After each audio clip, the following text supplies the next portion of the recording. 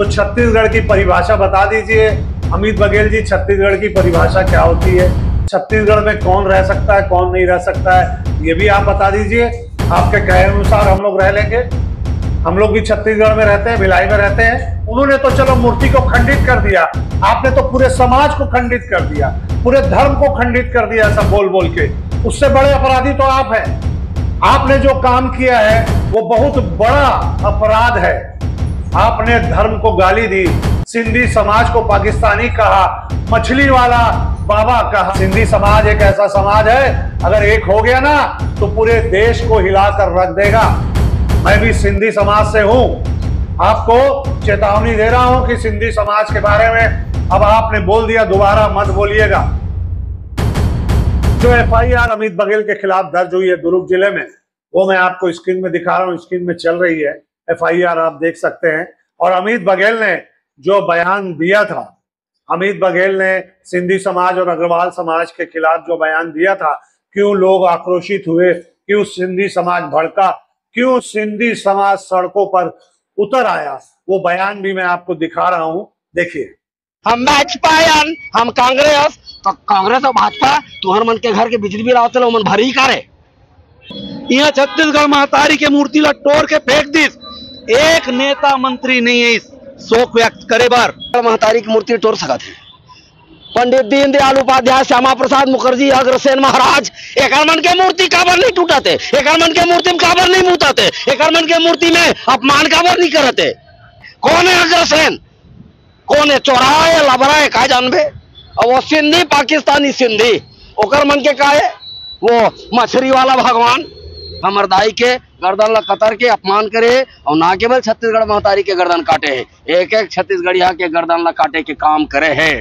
छत्तीसगढ़ में भी एक गलत परंपरा शुरू कर दी गई है। क्रांति सेना के नेता हैं अमित बघेल, जो आजकल बहुत चर्चा में है और रोज अलग अलग गलत गलत तरीके से बयानबाजी कर रहे हैं लोगों के धर्म के प्रति।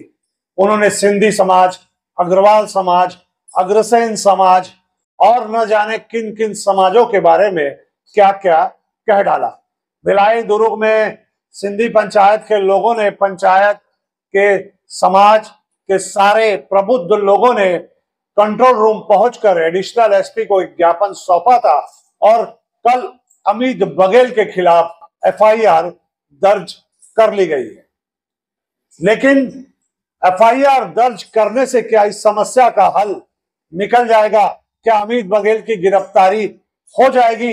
अमित बघेल के लोग और अमित बघेल बार बार बयानबाजी कर रहे हैं कि मैं माफी नहीं मांगूंगा और हमारे नेता माफी नहीं मांगेंगे, क्रांति सेना के लोग भी कह रहे हैं।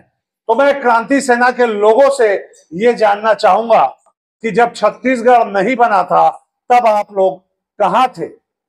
आपने क्रांति सेना का गठन कब किया और किस उद्देश्य से किया था? क्या आपका उद्देश्य था? क्या आप लोगों को रोजगार दिलाने के लिए क्रांति सेना का गठन कर रहे थे? क्या आप छत्तीसगढ़ की जन समस्याओं के निपटाने के लिए आपने क्रांति सेना का गठन किया था? क्या जातिगत धर्म और उन्माद भड़काने के लिए आपने क्रांति सेना का गठन किया था?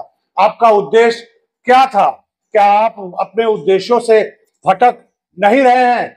क्या छत्तीसगढ़ को महाराष्ट्र बनाने की कोशिश कर रहे हैं? क्या छत्तीसगढ़ में रहने वाले को छत्तीसगढ़ी सिखाएंगे आप?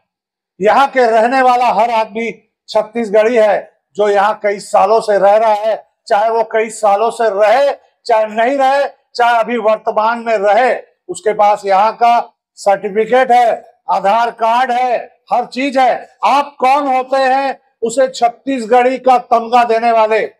किसने आपको ये उपाधि दी है कि आप उसे छत्तीसगढ़ी बताएं या न बताएं?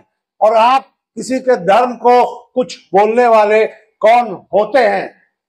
अमित बघेल लगातार छत्तीसगढ़ के सीएम को भी उटपटांग बोल रहे हैं, छत्तीसगढ़ के बड़े नेताओं के बारे में कमेंट कर रहे हैं, सभी को वो गलत बता रहे हैं और गैर छत्तीसगढ़िया बता रहे हैं।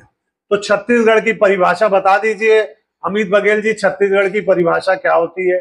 छत्तीसगढ़ में कौन रह सकता है, कौन नहीं रह सकता है, ये भी आप बता दीजिए। आपके कहे अनुसार हम लोग रह लेंगे। हम लोग भी छत्तीसगढ़ में रहते हैं, भिलाई में रहते हैं।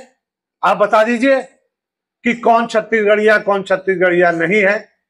छत्तीसगढ़ी महातारी की पूजा और उनका वंदन अभिनंदन हम लोग भी करते हैं। जितनी तकलीफ आपको हुई थी मूर्ति हटाने की, मूर्ति को खंडित करने की, उतनी तकलीफ हमें भी हुई थी। लेकिन हर चीज का हल दादागिरी, गुंडागर्दी, बहसबाजी नहीं है, और इसके कारण दूसरे धर्म का अपमान करना भी गलत है। फिर उन लोगों में क्या रह गया और आप में क्या रह गया? आप भी उन्हीं के जैसी बातें कर रहे हैं। उन्होंने तो चलो मूर्ति को खंडित कर दिया, आपने तो पूरे समाज को खंडित कर दिया, पूरे धर्म को खंडित कर दिया, ऐसा बोल बोल के। उससे बड़े अपराधी तो आप हैं। आपने जो काम किया है वो बहुत बड़ा अपराध है।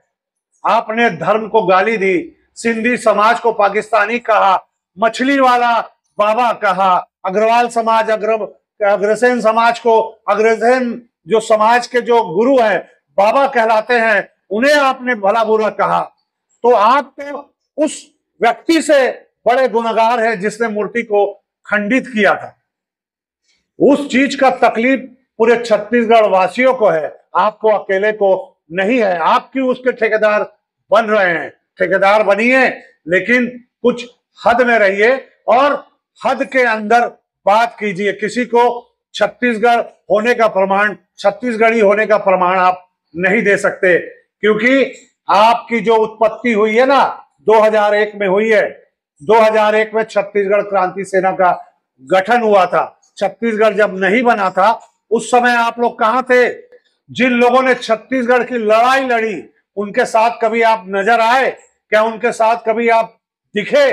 जो आप इतनी बड़ी बड़ी बातें कर रहे हैं आज, और आपको जेल जाने से कोई तकलीफ नहीं होती। आप बोल रहे हैं कि मैं बार बार जेल जाता हूं, बार बार जेल जाने का आदी हो गया हूं। तो आप जाइए, इस बात को दर्शाते क्यों है? लॉ एंड ऑर्डर बिगड़ने की बात क्यों करते हैं? आप जाइए जेल। गिरफ्तारी तो आपकी आज नहीं तो कल होगी, क्योंकि एफआईआर सब जगह दर्ज हो गई है।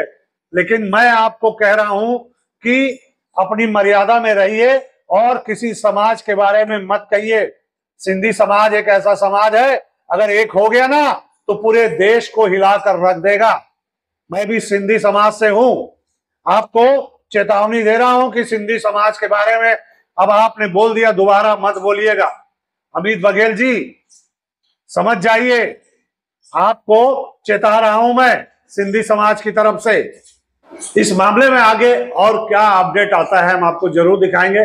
आज सिंधी समाज का त्योहार है, पंजाबी समाज का त्योहार है, गुरु नानक जयंती है। इस वजह से सारी समाज के लोग जो है उसमें व्यस्त है। अभी समाज के लोगों से बात नहीं हो पाई। एफआईआर दर्ज तो हो चुकी है, लेकिन उसके बाद समाज के लोगों से बात नहीं हो पाई है। बहुत जल्द हम आपकी सारी जो बातें हैं अमित बघेल के बारे में, उन लोगों ने क्या कहा और सरकार की, पुलिस की क्या राय थी इस बारे में, और पुलिस ने क्या क्या मामला दर्ज किया है, वो आपको स्क्रीन में तो हम दिखा रहे हैं। बने रहिए भिलाई का सच के साथ, और ऐसे लोगों से सावधान रहिए जो छत्तीसगढ़ की जो अस्मिता है, छत्तीसगढ़ की जो एक शांति प्रथा जो चल रही है।